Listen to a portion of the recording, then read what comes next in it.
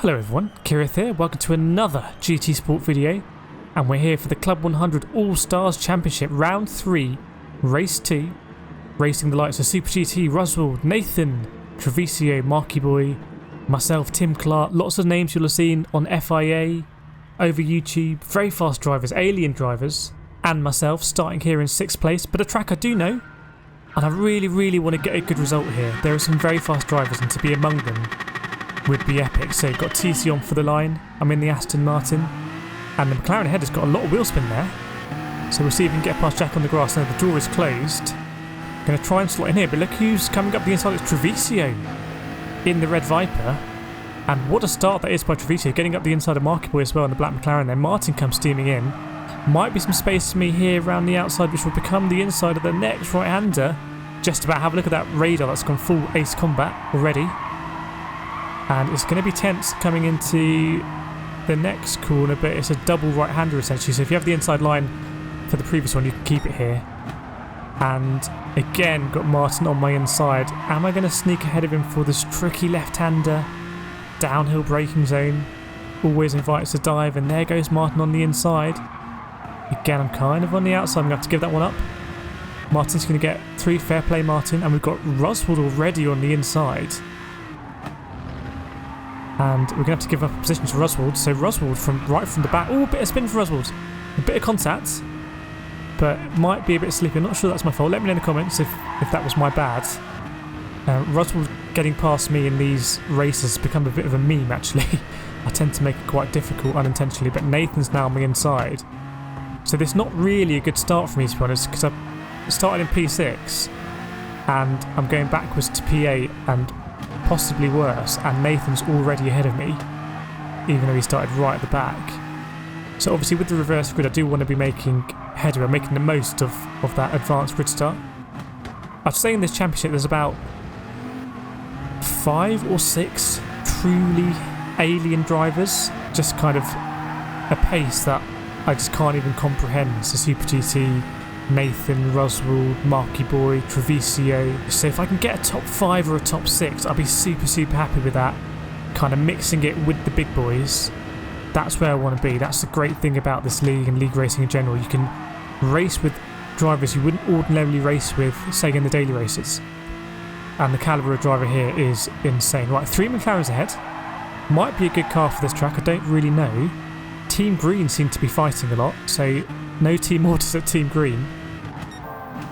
Let's see. Surely Nathan's going to make his way through here and then have a charge at Marky Boy.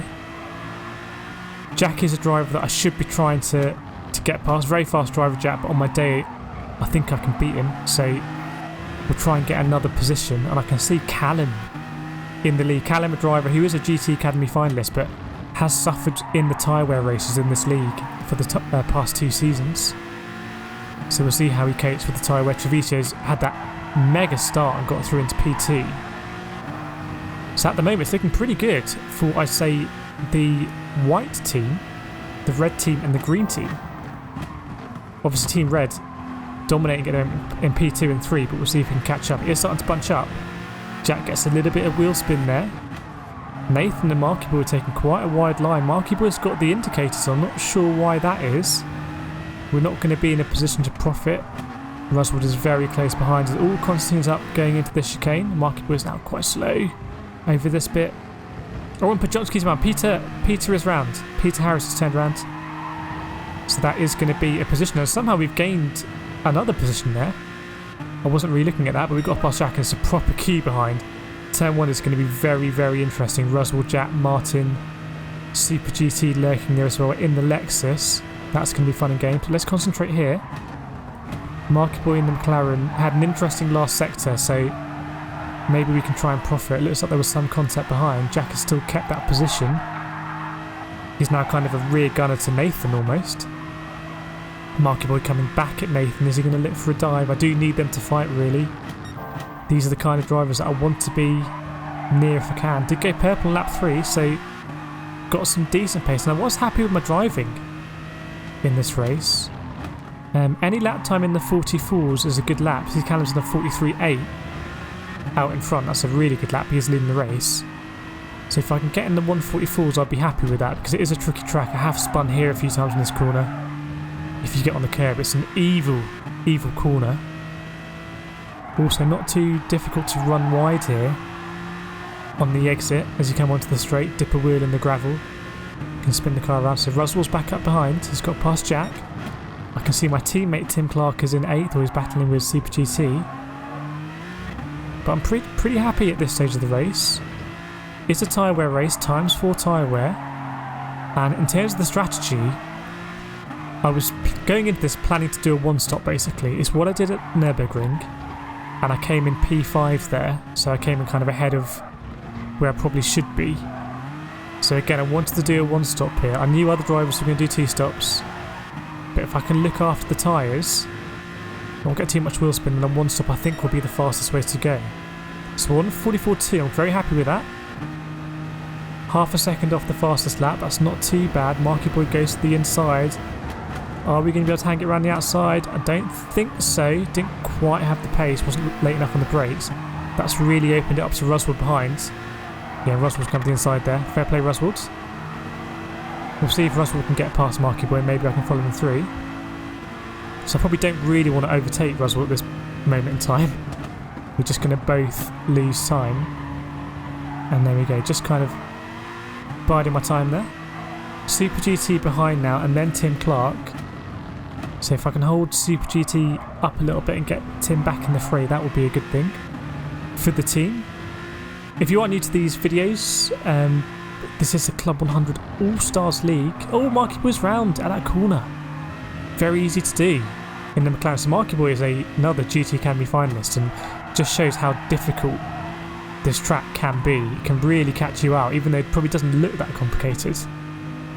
The chicane at the end is another example of that. If you get over the sausages in the wrong way, it will turn you around. But yeah, 14 drivers here and 7 teams, so 2 drivers per team. My teammate is Tim Clark in P7. Super GT is driving for Team Quadrant. So I'm not sure. Oh, and his teammate is in P8. Walmid is. So this is a good battle between Team Frey Bentos and Team Quadrant. We'll see how we can do. So 7 minutes gone in the race. It's a 30-minute race. You can see in the bottom right there. If people are going to 2-stop, they might start thinking about it next lap if they want to go exceptionally early. We will see now. I'm getting quite a good draft here off Roswald. Probably just want to try and follow him to Nathan. With 5 seconds off the lead here, I'll take it, to be honest. That's not a good corner there at all in 3rd gear. Oh, we get a bit of a slide on. Track limit. Super GT is going to go through. Leave that door open rather than causing an accident. So Team Quadrant are now got ahead of Team Frey Bentos Racing. I could go for a dive here, but again, it's probably not worth it.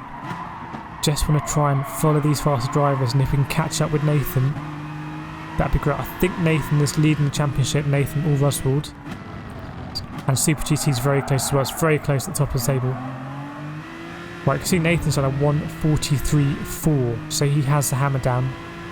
And he's now on the back of Treviso. This is where Marky Boy spanned before. And Roswell spanned here on lap 1. So yeah, that section of the track is very tricky. Let me know in the comments if you find that also quite tricky, because I'm not 100% sure if it is just me, but I do seem to spin there a lot. So yeah, Nathan's really caught up with Treviso, and there's an opportunity now for this pack to bunch up if possible. If they really do fight, and Callum is not that far up the road. In fact, I think we've slightly gained on Callum, even with that incident we had at turn 1 or turn 2. So that's good news. Not a bad place to be behind Roswell and Super GT. 2 very, very fast drivers. Not good through the sausages. You really have to nail them. You basically have to compromise your speed into the first part and then eat all of the second sausage, is my tip. But I didn't follow my tip there. Right, Martin's in the pit. So Martin is 2-stopping and he's gone quite early. I think he might have done a similar thing at the Nürburgring actually. So we'll see how that turns out for him. Super GT having a little look up the inside of Roswell's. And my teammate Tim Clark is coming up behind. So if I can keep up with these guys, I'm pretty happy with my pace so far. 2:44.9 nines. I'll take that. Half a second off the fastest lap. anywhere within half a second of Nathan is generally quite a good pace for me, I'd say. And it is starting to bunch up. It's quite a tense moment in the race. I do really want to do well in these flagship tyre wear races, race 2 of the round. I think it's where I have an opportunity to shine a little bit if I can get it right. Oh no, we've done the same thing as Marky Boy, we spun it. We haven't gone fully around. Tim Clark's going to go through, straight through his teammate, and it's quite a big gap to the cars behind. I wonder if Martin was behind and he pitted, so now it's an artificially big gap. But that is a shame. And I think if I remember at this point in the race, I was planning to do a 1-stop, but I looked at my tyres, I'd had that spin, and at this point I made a decision to switch it to a 2-stop. I thought, if I'm going to go for a 2-stop, this is a window right now. And if I don't go for a 2-stop, I'm going to have to do 2 more laps on these tyres, and I might have actually not been looking after them quite well, and other people might struggle. So I made the decision here to change and to go to the 2-stop. You can see Super GT has gone for the 2-stop as well. So out of the top 7 drivers, we are the only 2 going for the 2-stop. So it looks like we're on the alternate strategy, unless people are going to pit a lap later and kind of do a weird 2-stop. There was a lot of strategy in this race, actually, and it gets quite interesting with the pit stop kind of Constantine effect. Right, Alex Wilmot's going to get through. We're going to hold off Eric and Jack behind, which is good. Just about hold them off. So that was good timing that we didn't lose any more time in that spin. The spin has cost us this time behind Alex, but it looks like Alex is probably struggling a little bit with tyres. Alex Wilmot, a driver I've raced against quite a lot in real life and in GT Sport, makes some very cool liveries for Team KRT. If you do want to know more about Team KRT or get involved, there is a link to the Discord in the description below. Great to have you. Right, so I'm sensing now I've got a bit more pace than Alex. A gentle nudge there to let him know that I would like to come through, and we just seem to have much more pace on this fresh tyre. We're going to go to the inside here. Look at the radar. Alex gets a very good exit. So he is on my outside there. I do have to leave the space. All the time you must leave the space. So old proverb goes. And we've got ahead. And we need to be ahead because we need to make the most of these soft tyres. So we're going to skip ahead now to lap 8.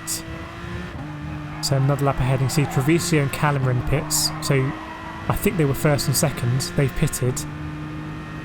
And we'll see now if we manage to do any sort of undercut. You can see them coming out the pits. And the gap is about the same, I think, 4 seconds pre my spin, or 3.5. So that is a bit of a shame, because I guess if I hadn't spun, I would have actually possibly undercut them. But at this level, you cannot make mistakes. That's what it comes down to, and it's the same in real motorsport. In Club 100 in the sprint race, you can't make any mistakes. I'm going to jump ahead and down the lap and see Roswell and Tim Clark in the pits. They come out a little bit closer to me, actually, as you might expect, because they were close on the road.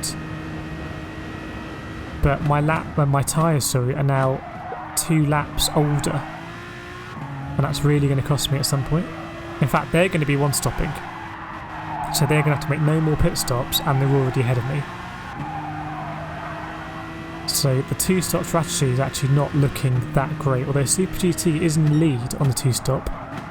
He's also going to pit again. I was thinking about converting it to a 1-stop, but it's a very, very risky thing to do because the tyres do go off a cliff. Look at the tyre wear here, 2 laps into the stint. It's not too bad. But anyway, I decided I'm going to keep to the 2-stop here. And the lap times, to be fair, are pretty good for me. So 44.3 or 44.5. So now we're back to a second of Nathan, but Nathan is just 100% alien. So I'll take that. And we're 7 seconds off the lead. So again, if something happens, if people really fight or there's incidents, we might still be in the fray. We're 7 seconds behind Super GT, who's on the same strategy. But again, just goes to show you cannot make mistakes. And it was just such a stupid mistake. And I think that's probably the biggest difference in my driving or the expectations I have on myself now compared to this time last year. Is this time last year, if I could have limited it to 1 mistake a race, I would have been happy. But where I'm trying to be now, I just want to eradicate all mistakes. So, but it is what it is. I think we have recovered well. It's going to be another mid 44 lap time, which I will take, is keeping me in the hunt. So I do have decent pace here, which is good. Although remember, the likes of Tim Clark and Russell, they are going to be looking after their tyres a little bit more because they're one stopping.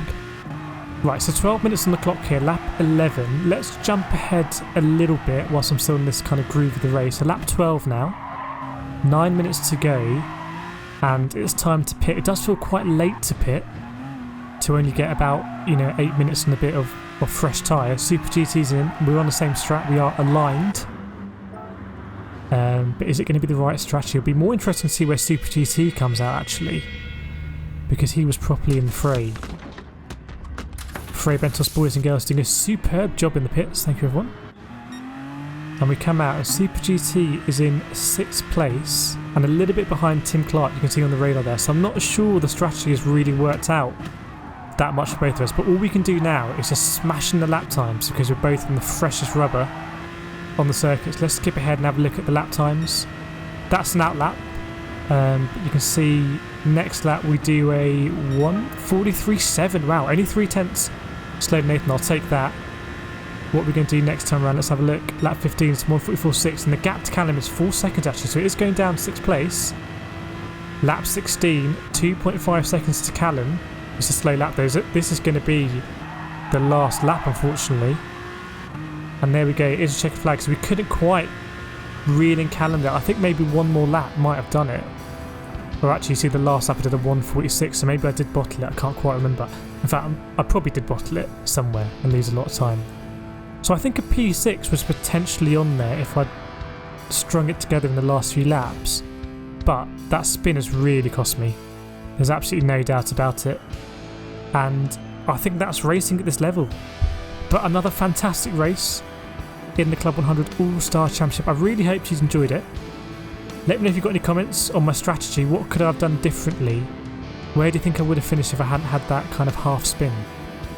Do let me know. I'm not sure what's happening to the recording here. It's a bit abstract, a bit Picasso.